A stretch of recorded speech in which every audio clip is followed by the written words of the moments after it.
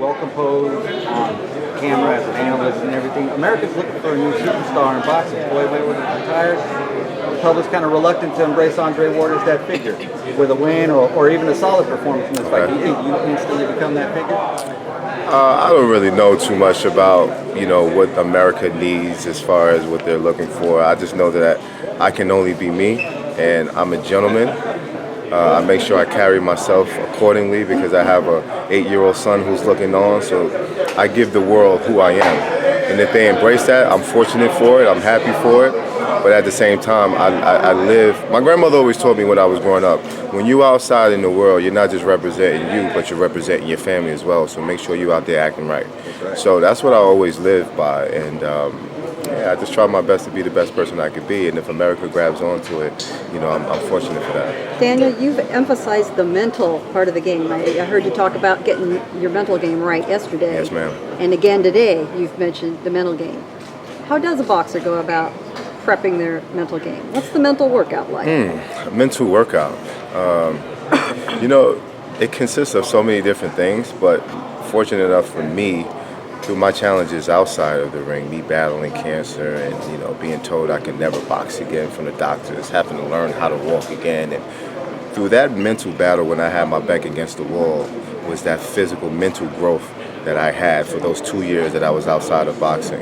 And I think that kind of crossed over and allowed me to really be focused and have that mental strength against any opponent, because if you face cancer and you go through all the things and trials and tribulations that I did outside the ring, you don't fear any man, you don't fear any great challenge, because the greatest challenge is already won. How do you call upon that now then in the heat of the moment on March 18th? Well, you just have to understand that when you're back against the wall, you're going to perform and you're going to soar, you're going to excel. And I know from past experience that when my back went against the wall, when no one believed in me, when no one said I can do this, even the doctors, this wasn't supposed to, you guys right now, this is not supposed to be happening, had I believed the doctor. So if I let the fans or let the press and everyone else say, you're not going to win this fight, it's the same situation. I'm a man, and mentally, I cannot be defeated. Now, if the better man wins, if now, God forbid, right? We're going to say God forbid because I believe 100% we're going to win the fight. But God forbid, if he wins, then, it won't because I'll be defeated mentally beforehand. How about you're fighting for 4 belts? What does it feel like knowing all you've been through and now you're fighting for 4 belts in one fight?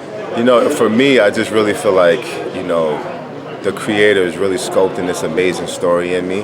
He's allowing me to have these great opportunities. And ever since I've been back, I've just been getting better and better and having greater opportunities. And this is the ultimate opportunity.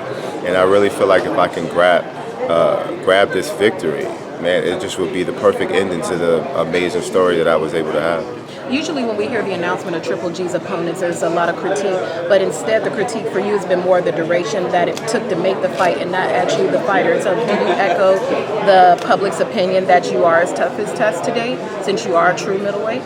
I would believe, and I think he's quoted before and said that this is definitely his toughest test to date, but it's all on paper, You never know what happens in the middle of the ring once the bell actually rings. But I've tried my best not to get into all that things. I just wanted to make sure that the business side, the business aspect was right before we stepped in the ring, because we risk our lives in this square ring for people's entertainment. We want to make sure that the people we're fighting for, we get compensated accordingly. And that's really what it is, because before this fight actually got mandated, I called Triple G out and I said I wanted to fight him right after my last fight, and then weeks later it got mandated. So we always knew that this position and this opportunity would present itself, but we just wanted to make sure that everything else was right.